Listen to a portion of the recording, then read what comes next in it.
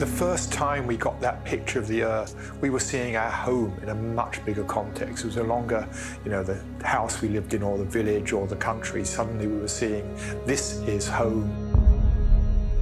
I was looking down at the space station against the backdrop of this incredibly beautiful, peaceful, fragile planet from space, and it took my breath away. I was filled with awe. We are traversing a terrain which we as a species and as a planet overall have not seen before. Scientists have finally proven it to be true, something that philosophers have always hoped to be true, and that is the fact that we're all literally brothers and sisters. We're all cut from the same genetic cloth. What the world looks like is going to depend on what we do in the next few years. Everything's up for grabs now.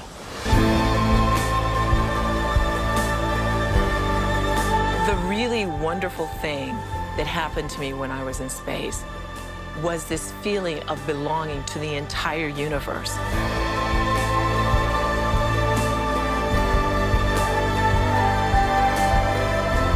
We have been gifted with this extraordinarily magnificent planet. That gift takes a lifetime to understand. And even then, we're in the face of mystery.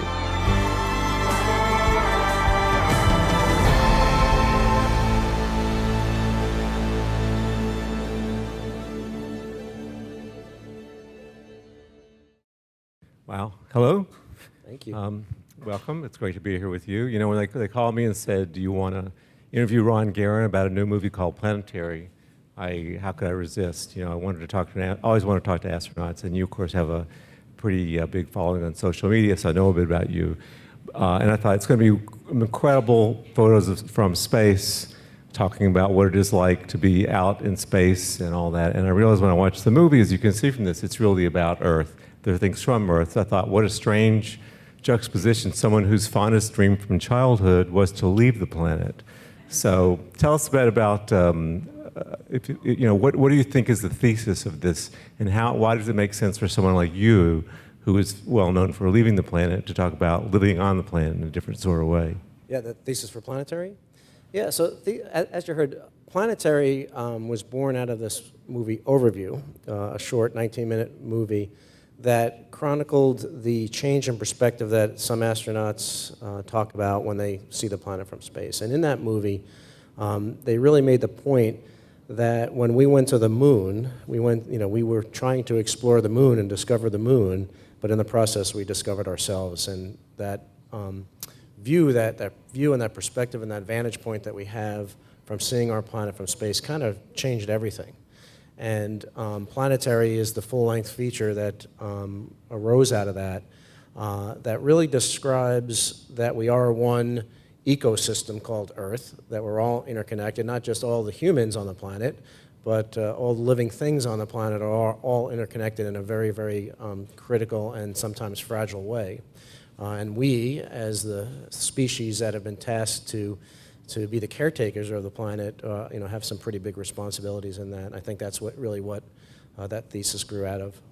And you talk in the movie and also in a book you've written about the sense of awe that you had looking down at Earth.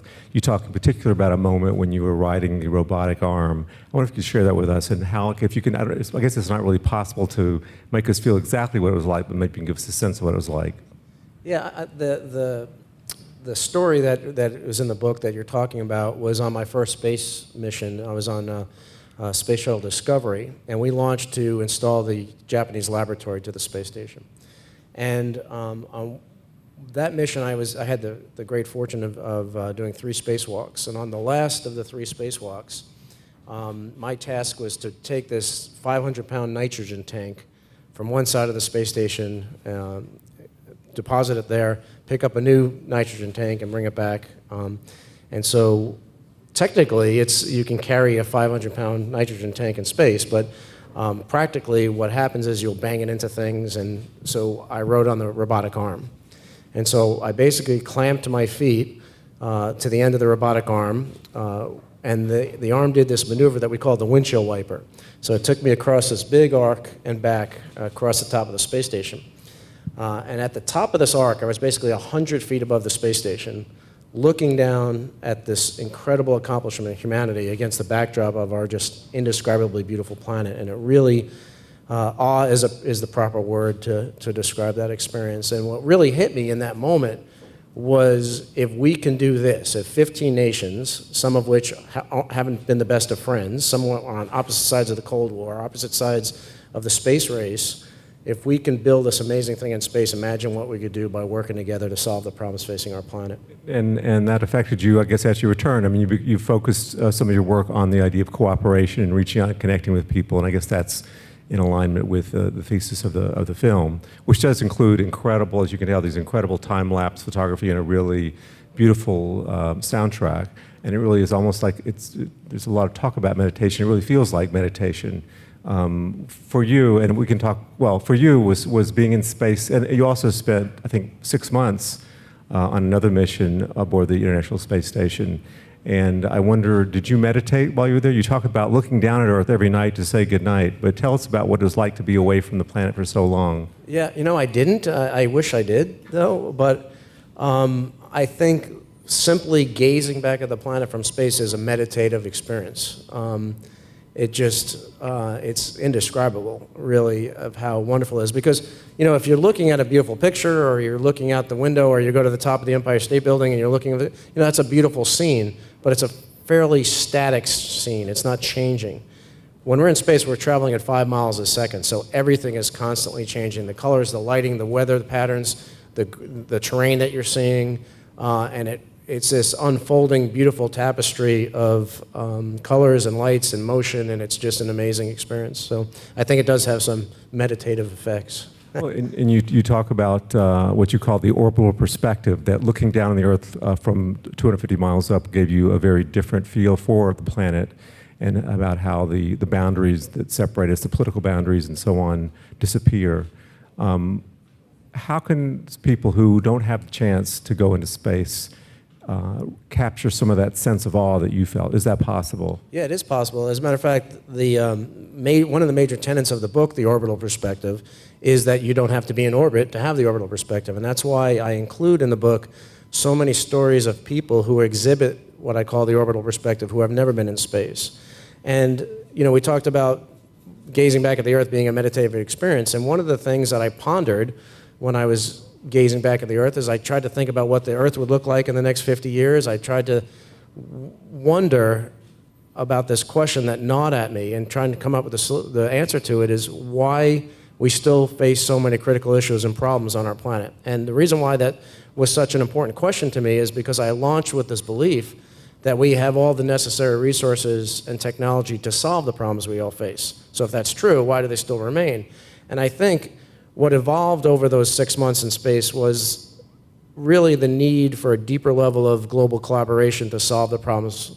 And the good news is we have the technology today to enable seamless, effortless, economical collaboration with people all around the world like we've never had before. So now universities and governments and corporations and citizen scientist groups. I'm in New York at the moment for the International Space Apps Challenge, which I talk about in the book, which is going to happen on this weekend, and it is bringing together people from 100 different cities on 7 different continents, and bringing them together to collaboratively solve some of these problems facing the planet. It's interesting to hear. I mean, you were a former fighter pilot, correct? You flew combat missions in an F-16 in Desert Shield and Desert Storm. Is it hard for you to reconcile one role, the role of cooperation, with a role of combat or conflict between people, deadly conflict? Right. I believe, as somebody who has fought in combat and spent 25 years in the military, I believe that war is humanity's greatest failure. Unfortunately, we live in a world where it sometimes is necessary. And I think when we look at things from, again, the orbital perspective, when we zoom out and look at the big picture of things, not just from a spatial sense, but from a temporal sense too, and look at the long-term vision, what we see is that most conflicts are two-dimensional, right? There's an us and a them. They occur on our two-dimensional plane here. But the real world is not two-dimensional. The real world is three-dimensional. It's very complex. And what the orbital perspective professes is that, if you dehumanize one side, you dehumanize everybody. If you don't respect the humanity and the rights of some people, then you don't respect the rights of anybody. And so I think one of our greatest failures is not realizing that we live in a three-dimensional world, that we need to start living in the real world. And the issues of conflict and war stem from the other problems too.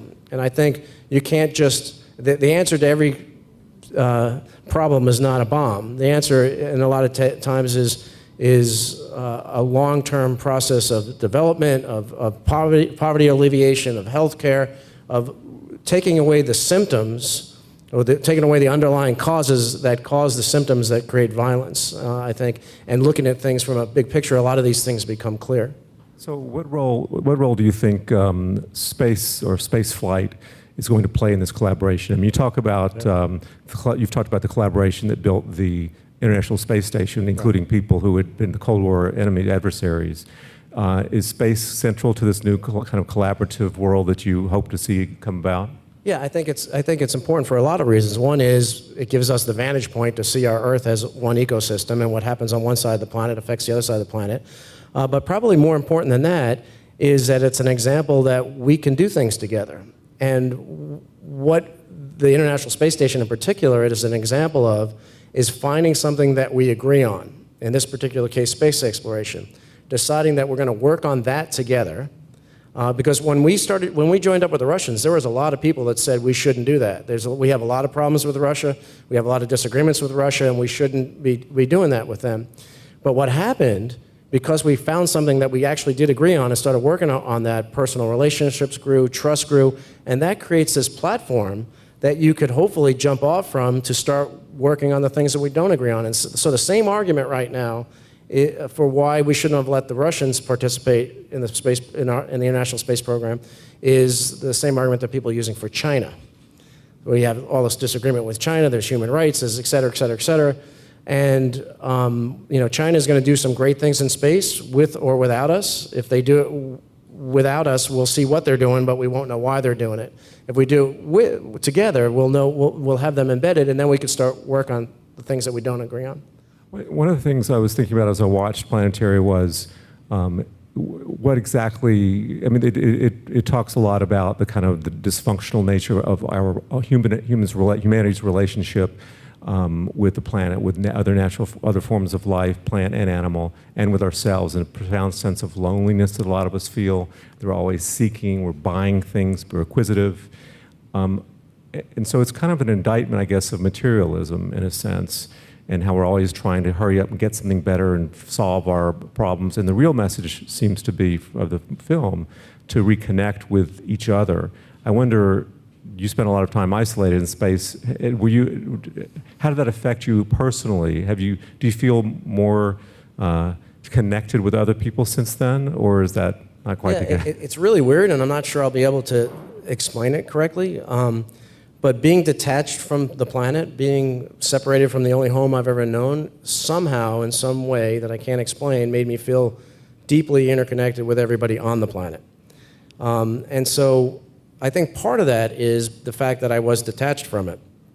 Because if we look at a beautiful site, if you're at the rim of the Grand Canyon and you're looking at the site, you're part of the site. Gravity is weighing you and pushing you down into that beautiful scene. But I was completely detached from it. There was a void. There was a gulf of nothingness separating me from what I was looking at. And the other part of that is if we heard about a natural disaster or a human-made disaster, we'd say, oh, we're going to fly over that in 5 minutes. And we'd see it with our own eyes. And we'd see the beauty of the scene and realize that if you zoomed into the microscopic level of the details of what we were looking at, it's not so beautiful. So I've got this beautiful picture of the Mediterranean that has the tans and reds of northern Africa against the blues of the Mediterranean with the curvature of the earth. It's in the paper-thin atmosphere, and it's this beautiful picture. But I took it on the day that Tripoli fell in the Libyan civil war. And again, the contradiction between the beauty of our planet and the unfortunate realities of life on our planet are really something that hit you and make you feel connected.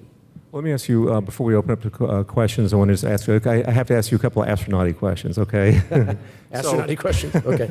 So you talk about, I can't remember where I saw, I guess this is the movie. You talk about people, when they saw the space shuttle take off, they see rockets take off, there's this sense that it kind of rumbles and it takes off, happens very, very slowly. And you say that's not at all what it's like. Tell us what launch is like. Yeah, and that description that you talk about is in the movie Planetary. And what it feels like, and this was kind of a surprise to me because before I launched on the space shuttle for the first time, I had only seen it on TV or in person.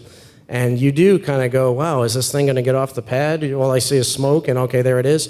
But what it feels like is it feels like you're on the end of a giant slingshot, and somebody just let go of the slingshot, and off you go, and you jump off the pad. So what physically happens is 6 seconds before launch, the main engines of the space shuttle fire, and that pushes you forward. So everybody leans forward, and then 6 seconds later, when the countdown goes to 0, the solid rocket boosters fire.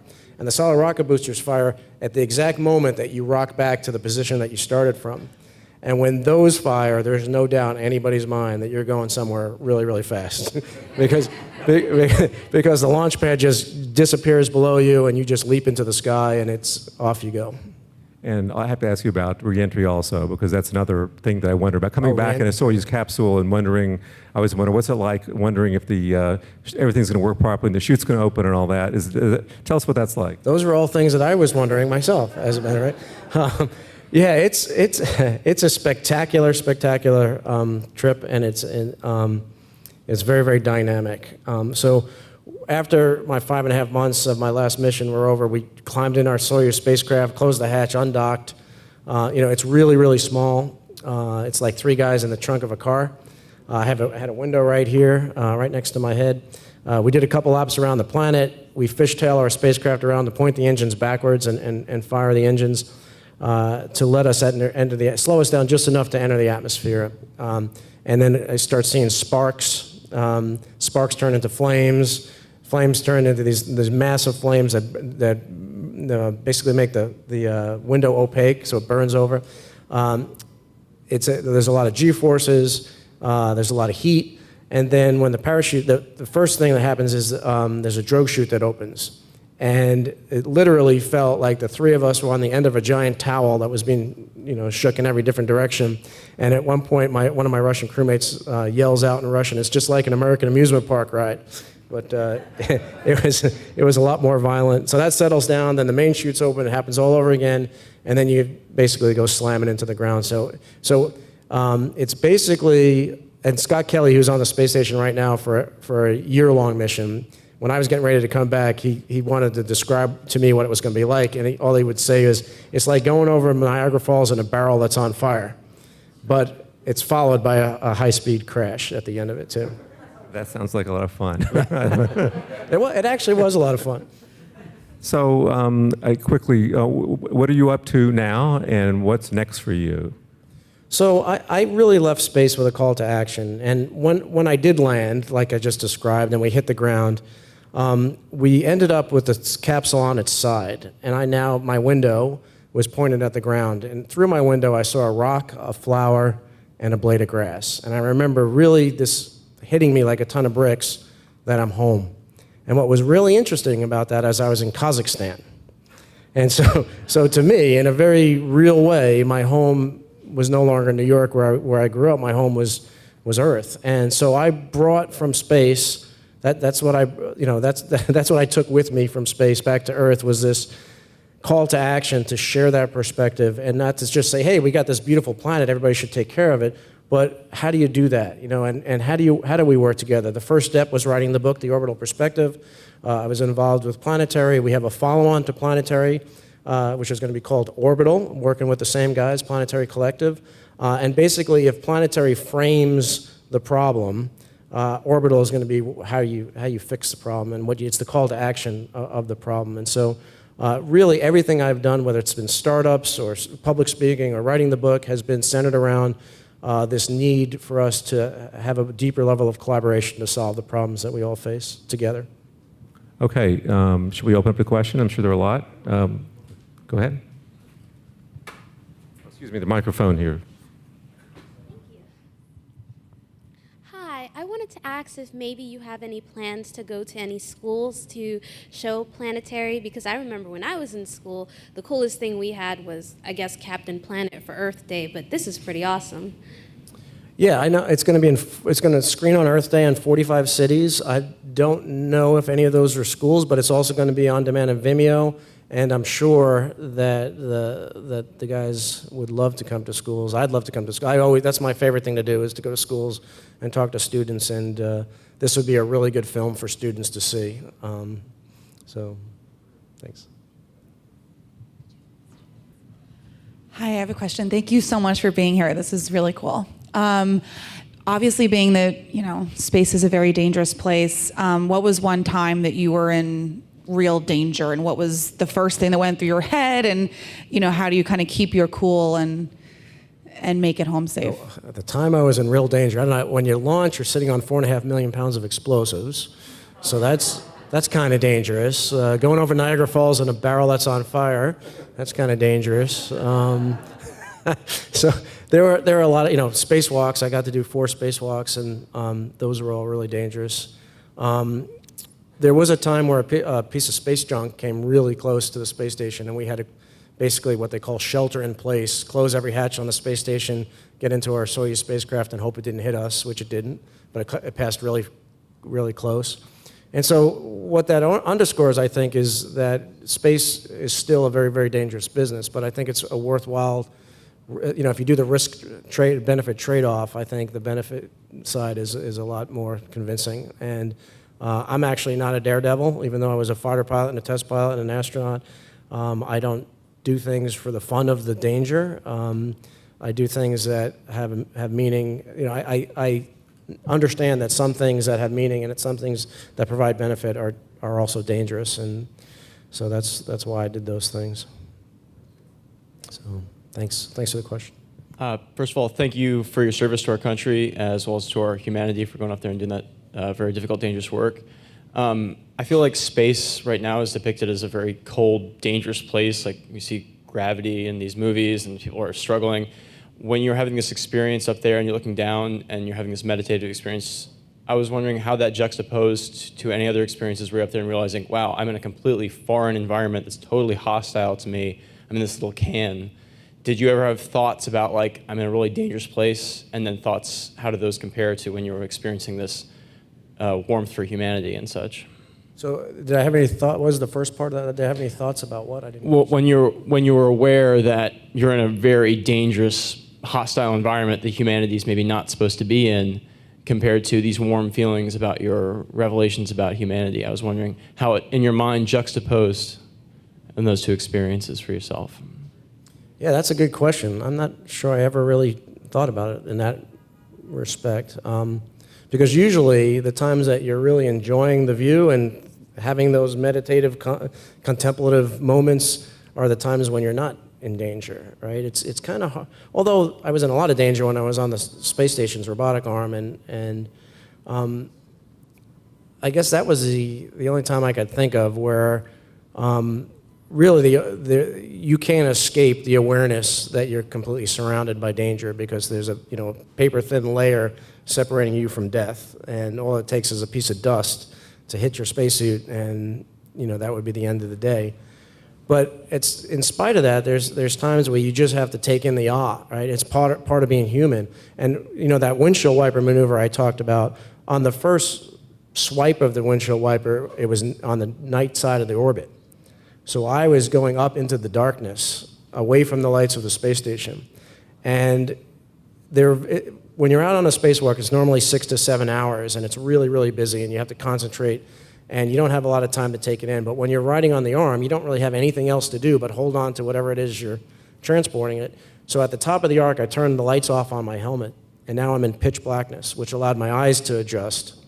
And now I wasn't looking at the Earth against the backdrop of this blackest black you can imagine. I was looking at it against the backdrop of infinity. The Milky Way came alive, all the stars. I could see satellites whizzing by, and that was an amazing experience that helped me to just forget about the danger for a couple of moments there, as I just took that all in and really was in awe of it. And So I think it's possible to do that, and you have to allow yourself to do that, or you're not going to have the full experience, I guess, right?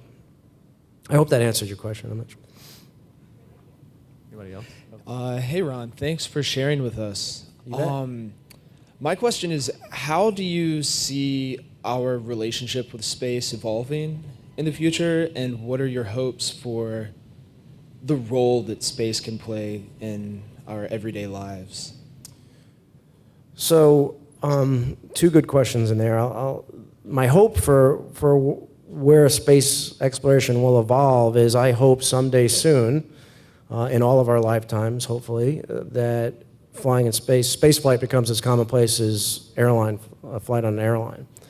I really do hope that happens for a number of reasons. One being, I think it does have a transformative effect, and I think the world will be the more people that can see our home from that vantage point, the better our will be. And how that affects us here, or how it will affect us. I mean, look around you. Basically every piece of technology that you see has been affected in some way or another from the space program. And that's all through spin-offs, right? You know, solar energy, miniaturization of electronics, personal computers, the list goes on and on and on, beyond Tang and Teflon. But I think for the first time, really, in the space program, we're going to have direct, tangible benefits. The International Space Station is an orbiting laboratory, and experiments are going on there 24/7, 365 days a year that can't be done anywhere else on Earth. And so scientific discoveries are occurring that will lead to new materials, new medicines, a better understanding of the human body, a better understanding of our planet, of climate change. The list goes on and on and on. And so the benefits from that, I think, are going to profoundly change the trajectory of our global society. We have time for one more question. One more.